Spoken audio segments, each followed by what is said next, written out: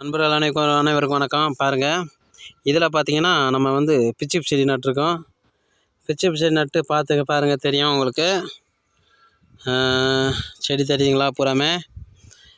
இப்போ வந்து நம்ம வந்து உழுது பண்ணியிருக்கோம். அடுத்து பார்த்திங்கன்னா கொஞ்சம் தண்ணி நிறையா நீர் கொடுத்ததுனால பூராமே செடி வந்து நல்லா கருகி தலையுது. பார்த்திங்கன்னா தெரியுதா, கருகள் விழுகுது நிறையா. ஆனால் இந்த மண்ணுக்கு வந்து நம்ம கரம்ப மண்ணுக்கு வந்து ஈரம் வந்து அதிகமாக இருக்கக்கூடாது. ஈரம் வந்து அதிகமாக இருக்கிறதுனால கொஞ்சம் செடி கருகி தலையுது. இதே செம்மண்ணாக இருந்துச்சுன்னா அப்படியே தலைவெடுத்துரும். நம்ம மண்ணுன்றதுனால, நம்ம களிமண்ணுன்றதுனால கொஞ்சம் இப்படி தான் வரும்.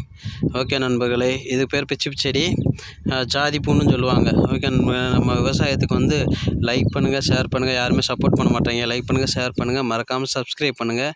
ஓகே நண்பர்களே, நன்றி, வணக்கம்.